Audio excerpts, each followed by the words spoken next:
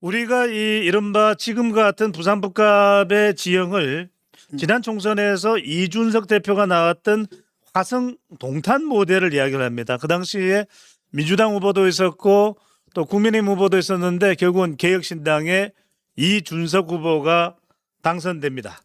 그 비슷한 유형이라고 봐야 될까요? 그 꼭 같은 유형만은 아니지 저는 않습니까? 전혀 다른 모델이라고 네. 봅니다. 왜냐하면은 이준석 동탄 모델 같은 경우에 이준석이 굉장히 영민하잖아요. 라고 하니까 제가 될 수 있는 데를 골라서 들어간 거거든요. 또 거기 맞는 선거 유세를 해가지고 약간 정치공학적인 계산의 성격이 굉장히 이거 쉽게 말하면 적중한 정치공학적 계산 이런 느낌이잖아요. 예. 근데 한동훈은 이제까지 없었던 선거 유세의 유형을 하나 발명한 겁니다. 오. 주민들한테 먼저 다가오고 예. 아이들이 막 좋아하고 후보한테 다가와서 사진 찍어 달라고 예. 이런 선거 본 적 있어요?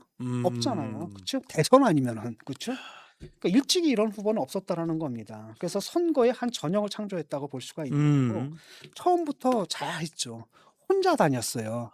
왜냐하면 거기 처음에 낯선 사람이 와가지고 그냥 지지자 부대를 끌고 오게 되면 굉장히 반감이 심해지잖아요. 예. 그러니까 거의 한 달 동안 혼자 다 다닌 겁니다.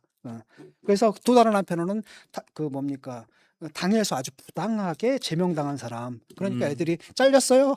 쪽팔리지 않아요? 뭐 이런 대답 이거 예. 다 받아내잖아요. 그러면서 거기서 동정 여론도 받고 그다음에 또 다른 한편으로 친근감을 쌓은 다음에 또 다른 한편은 중앙 정치인 데려다가 하는 세대결을 딱 확 피해버렸거든요. 저쪽에서 막 중앙 정치인 데려가지고 난리봐가지고 때 이쪽에서 지역 주민을 딱 내서 대립구도를 만들어 버린 거예요. 그래서 저쪽을 허탈하게 만든 다음에 또 다른 한편으로는 팬덤 정치를 정확하게 활용한 겁니다. 세싸움을 해야 되잖아요. 기세싸움. 기세싸움을 해야 될 때는 그냥 바로 팬덤들이 자발적으로 동원된 거예요. 그래서 그냥 분위기를 지금 압도했거든요. 보니까 그 팬덤들이 지금 선거 유세하는 걸 보니까 그냥 축제야. 뭐 춤추고 노래하고. 그래서 이걸 딱 보게 되면은 아주 적절하게 잘 활용하는 데다가 마지막에 바로 뭐냐면 SNS가 릴스 쇼츠를 엄청나게 활용을 잘합니다. 예. 미디어전에서 승리한 겁니다. 거기 나오는 걸 보게 되면 꾸민 게 아니거든요. 그냥 자기가 돌아다니면서 벌어지는 일들 찍어서 계속 올리는 거예요. 그런데 이제 하정우라든지 이런 애들 보면은 뭐 하겠습니까? 지금 막 달리는 찍는 내고 인위적으로 연출한 것들을 영상들을 위주로 올리거든요. 그러니까 굉장히 자연스럽지가 못한 겁니다.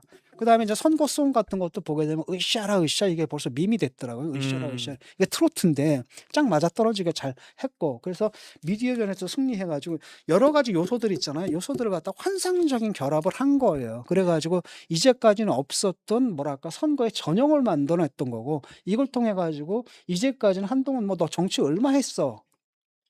정치 초짜 아니야?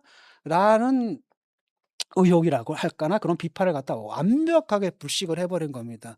그러니까 선거전을 갖다 이렇게 잘 치른 사람이 여태까지 없었던 거죠. 그런 의미에서 이준석의 그 동탄 모델하고는 좀 다르다. 다르다? 뭐 결과는 같을 수 있어도 예. 다르다라는 느낌이 좀 들어요. 아직 뭐 섣불리 얘기할 수는 없습니다. 그런데 만약에 교수님 당선이 된다면 만약입니다. 예. 그다음 이후의 수순은 우리가 뭐 또 방송에서 다음번에 다루겠지만 짧게만 여쭤보면 수순은 복당 그리고 당권 도전 그리고 대권일까요, 교수님? 그거 당연히 이제 그 예. 순서대로 가겠죠. 그런데 그게 뭐 당장 일어날 것 같지는 않아요. 왜냐하면은 일단 지방선거 결과에 따라 다를 것 같습니다. 일단은 야당이 참패할 줄 알았는데 그래도 몇 군데서 지금 뭘 이루고 있어요? 백중세를 이루고 있는 거거든요. 예. 그거에 따라서 몇 군데서 이겨버리면은 장동혁은 일단 지방선거는 안 본대요. 아예. 안 보고 뭐만 보냐면은 그 보궐선거 있잖아요. 국회의원 보궐선거 그것만 본다는 거죠. 그래서 한두 군데 이제 얻으면 자기 승리다라고 선언할 준비가 돼 있는 거예요. 예. 그러니까 참패로 끝나도 절대로 물러나려고 하지 않을 겁니다. 그렇게 되면 이제 선거 후에는 당내에서 친윤과 반윤 사이에 이제 대립이 이제 격화할 겁니다. 그다음에 이제 어떤 사람들이 있냐면은 요번에 그 박민식 개소식에 온 사람들 있잖아요. 그 사람들 다 나름대로는 당대표 생각하고 있거든요. 예. 어차피 장동혁 요번에 지방선거 끝나면 넌 끝이야. 그럼 누구지? 나야. 이런 거. 나경원, 안철수, 뭐 안철수. 신동욱, 그다음에 또 누구죠? 저기도 왔잖아요. 그 누구야? 부산의 그 지역구 주진우. 그런 생각들을 하고 네. 있거든요. 그래서 아주 굉장히 복잡한 일들이 벌어질 겁니다. 근데 장기적으로는 결국은 이제 복당을 하게 될 것 같고 왜냐하면은 이번 선거를 통해 가지고 사람들한테 뭘 보여주냐면 보수가 이렇게 잘 싸울 수 있네. 근데 선거하는 방법에서 여태까지 보수가 후졌잖아요, 정말. 그런데 오히려 지금 여기서 딱 보게 되면 민주당의 선거 방식이 굉장히 후지게 보이거든요. 그다음에 이기네? 불가능했잖아요. 사실은 거의 수학적으로 불가능한 게임인데 이겨내네. 여러 가지. 그다음에 그렇기 때문에 이걸 봤기 때문에 언젠가 복당은 될 거고, 그다음 또 하나는 뭐냐면 이게 사실은 법정으로 가져가면 이기거든요. 법정으로 가져가면 사실은 그 전에도 뭡니까 김종혁도 그랬고 또 누가 배현진도 그랬잖아요. 예. 이것도 당연히 인용이 되겠죠. 제명받은 거 말씀하시는 거죠? 사실상 원래는 정치적으로 복귀하겠다라는 건데 정치적으로 복귀가 안 된다고 하면 사실 법적 수단을 사용해서 복귀할 수도 얼마든지 있습니다. 이걸 쟤들이 막을 수는 없는 거예요. 그래서 장기적으로는 한동훈이 아마 복귀를 할 겁니다. 그러면 거기서 누가 주도권을 갖겠냐라는 거죠. 라고 했을 때는 선거에서 자기 역량을 갖다 보여준 게 누굽니까? 그거죠. 그래서 대선 주자, 그러지 않아도 대선 주자급으로 이제 올라서는 거죠. 그러지 않아도 뭐 천지일보에서 했던 그 보게 되면 4주 연속, 물론 작은 표차지만 대권 후보 1위죠. 그래서 이걸 통해서 이제 뭘 봤냐면은 요번에 이제 뭘 증명한 거냐면 요번에 그 부산 북갑 선거를 통해 가지고 선거를 이렇게 하는구나라는 걸 보수한테 보여준 거예요. 전형을 보여준 거거든요. 그다음 민주당하고 싸우는 거 이렇게 싸우는 거구나. 그다음에 대통령과 싸우는 방식 이렇게 싸우는 거구나. 그다음에 민심을 얻는 방식 민심을 이렇게 얻는 거구나. 그다음 미디어를 활용하는 방식 SNS를 이렇게 활용하는구나. 이걸 다 본 겁니다. 그다음 메시지를 내는 방식 근데 스타벅스라든지 뭐뭐에 대해서 계속 메시지를 내잖아요. 아주 적절하게 내고 있거든요. 내는 방식들, 그다음에 팬클럽들을 활용하는 방식들 이걸 다 보여줬거든요. 그러니까 사실은 그다음에 그 팬클럽들의 그 열정 봤죠. 그 뜨거운 열정들. 그래서 여야를 통틀어 가지고 이 정도의 정치력을 가진 후보가 있느냐라는 거예요. 예. 지금 없기 때문에 가게 되면은 당권을 장악하는 것은 그렇게 어려운 일이 아니라고 생각하는 겁니다. 자, 일주일 동안 어떤 전략이 필요할까요? 일단 바닥을 훑는 전략은 계속 중요하고요. 예. 한편으로 바닥을 훑어나가면서 또 다른 한편으로는 그 집중 유세를 통해 가지고 세를 보여주는 거잖아요. 일단은 기선을 갖다가 제압한 것 같아요. 기선을 제압한 거고 그건 계속해야 되는데 내가 또 주목하는 건 뭐냐면은 지금 아직은 박민식이 20% 안팎을 왔다 갔다 하거든요. 이게 더 떨어져야 돼요. 더 떨어져야 되고 쉽게 말하면 그 비토 감정이 허물어지기는 했는데 급속하게 허물어지지는 않고 있거든요.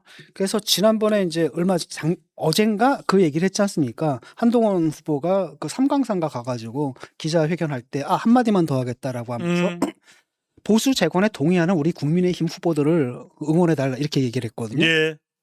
이건 굉장히 중요한 겁니다. 의미심장하네요. 왜냐하면 이게 사실은 내가 알고 있기로는 박형준하고 이제 그 부산 쪽 출마자들, 그러니까 박형준하고 부산의 의원들. 예. 왜냐하면 이 사람들이 이번에 지방선거에 지면은 의원들 같은 경우는 2028년 총선이 위태롭습니다. 위태로워집니다. 그러니까 박형준하고 의원들하고 그냥 부산 쪽 출마자들이 계속 요청을 했대요. 그래서 심지어는 뭐 박형준하고 한동훈이 한번 지하철 한번 투어하자. 예. 한 번만 돌아달라. 이 얘기를 했거든요. 그래서 거기에 대한 요청에 이제 응한 걸로 알고 있는데 하나 좀 덧붙이자면은 예. 이겁니다. 그 박수영 의원이 그런 얘기를 했단 말이죠. 지금 문제는 뭐냐면은 가라앉혀야 된다. 박민식 가라앉혀야 된다라고 하면서 주저앉혀야 된다라고 하면서 뭐라 그랬냐면 지금 장동혁 지도부에 대한 불만, 장동혁이 싫어가지고 투표 안 하겠다는 사람과 예. 너희들 왜 한동훈을 돕지 않느냐 이렇게 비판하는 사람들, 이 사람들의 수를 합치면은 15%가 된다는 거예요. 이 15%가 원래는 우리를 지지해야 되는데 안 지지해주고 있다라고 얘기를 했거든요. 그래서 이 부분에 대해서 한동훈한테 도움을 요청한 겁니다. 그래서 그 부분을 한동훈 후보가 한 번만 더 언급해줬으면 좋겠어요. 지금 장동혁 지도부에 대한 불만이 있는 분들, 그리고 저쪽 당에서 나를 안 도와준다 그래서 불만이 있는 분들 15%라고 들었다. 예. 그런 분들이다 하더라도 투표를 하시라. 언젠가는 우리가 하나가 될 것이고 하나가 되어야 하고 그다음에 진짜로 언젠가는 우리가 하나가 될 것이기 때문에 예. 포기하지 마시고 투표하시라 이렇게 한마디 더 던져주면은 일단은 그 비토층에서도 지금 실제는 뭡니까? 단일화를 거부하는 건 누구예요? 자기들이거든. 자기들이거든. 그러니까 비토층에서도 막 강성들은 결코 안 바뀔 겁니다.